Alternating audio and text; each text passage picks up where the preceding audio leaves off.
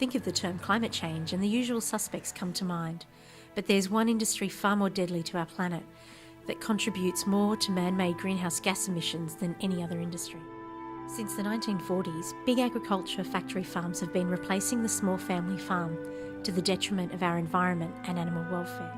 Where family farms combined crop and animal agriculture to work in harmony, big agriculture has divided them, taking the animals off the land, overcrowding them in the tens of thousands into huge sheds devoid of sunlight, earth, fresh air and their natural food sources. Today's factory farm is an incredibly wasteful and destructive machine. They require excessive amounts of land, grain and cereal crops, chemicals, water and fossil fuels to operate. In 2012, 75.5 billion animals were farmed for food alone. Their output includes billions of tonnes of toxic effluent waste that pollutes ground and surface water. The global livestock sector produces 7.1 gigatons of carbon dioxide emissions per year. Greenhouse gas emissions from livestock farming include the big three: carbon dioxide, methane gas and nitrous oxide.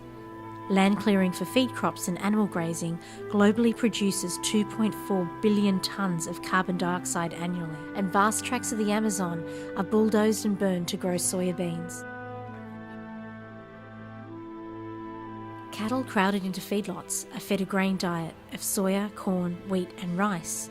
But cattle intestines are designed to digest grass. Forcing them to eat grains is not only very painful, it increases their methane gas emissions, making animal agriculture responsible for over 51% of global greenhouse gas emissions. As the use of genetically modified crops expands, so does the large amount of chemicals and fertilisers needed to grow them. But weed killers like Roundup are killing off the world's bee population. They are essential to the world's food security, and without bees there is no pollination. Producing these chemicals and fertilisers uses large quantities of fossil fuels.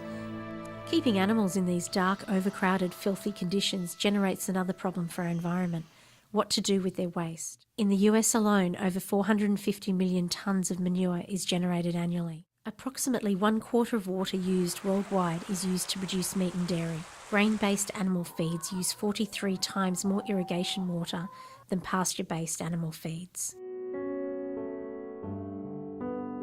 If everyone cut out meat and dairy for just one day a week, it would have the same climate change prevention effect as taking 7.6 million cars off the road for an entire year. Make informed, compassionate and environmentally friendly decisions with your purchases.